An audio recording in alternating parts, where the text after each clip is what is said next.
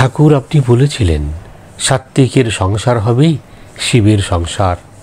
একটু আগোছালো ধুলোটুলো হয়তো থাকলো, কিন্তু দুঃখ চেটে তেল চিটে নয়, অপবিত্র নয়। অতিথি এসে অশ্রদ্ধা পেয়ে ফিরে যায় না। ভিখারি ভিক্ষা পায়, রাতে আলো জ্বলে ঘরে ঘরে।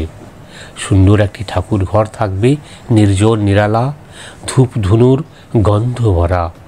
সন্ধ্যায় একটি প্রদীপ জ্বলবে আপন মনে। আমার সন্দেহ হয় ঠাকুর, একালের কটি গৃহে আপনি জল গ্রহণ করবেন। অন্ন গ্রহণ সে তো অনেক দূরের কথা। আপনি যে স্পর্শদোষ ভীষণ মানতেন, দেহ লক্ষণ দেখে মানুষ চিনতেন আপনি। আপনি বলে গেছেন হারপেকি, কোটর চোখ, টেরা, এরকম অনেক লক্ষণ আছে, তাদের বিশ্বাস সহজে হয় না। দক্ষিণে কলা গাছ, উত্তরে পুই, একলা কালো বিড়াল, কি করব মুই। একালের কজনকে আপনি পা স্পর্শ করে প্রণামের অধিকার দিতেন? আমার সন্দেহ আছে। সেই ভগবতী দাসীর ঘটনা আমার মনে আছে। সে ছিল মথুরবাবুদের পুরনো দাসী। প্রথম বয়সে তার স্বভাব ভালো ছিল না।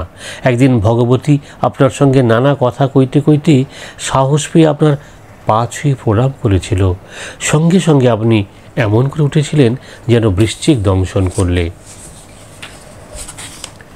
গোবিন্দ গোবিন্দ বলতে বলতে ছুটে গেলেন ঘরের কোণের গঙ্গা জলের জানার কাছে।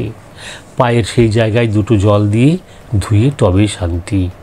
আজকাল আমরা ভগবতী দাসীর চেয়েও বেশি শিথিল জীবনযাপন করি।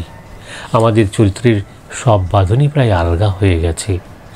মানুষের বিচার একালে আর চরিত্র দিয়ে হয় না, হয় বৈষয়িক সাফল্য দিয়ে, গাড়ি বাড়ি, অর্থ, সামাজিক পদমর্যাদা। একালে সাধুর চেয়ে ক্ষমতাশালী শয়তানই বেশি পূজনীয়। আমাদের তাহলে কি হবে ঠাকুর? আপনাকে তো ত্যাগ করতে পারবো না। জীবনের সূর্যে আপনি বেঁধে দিয়েছেন।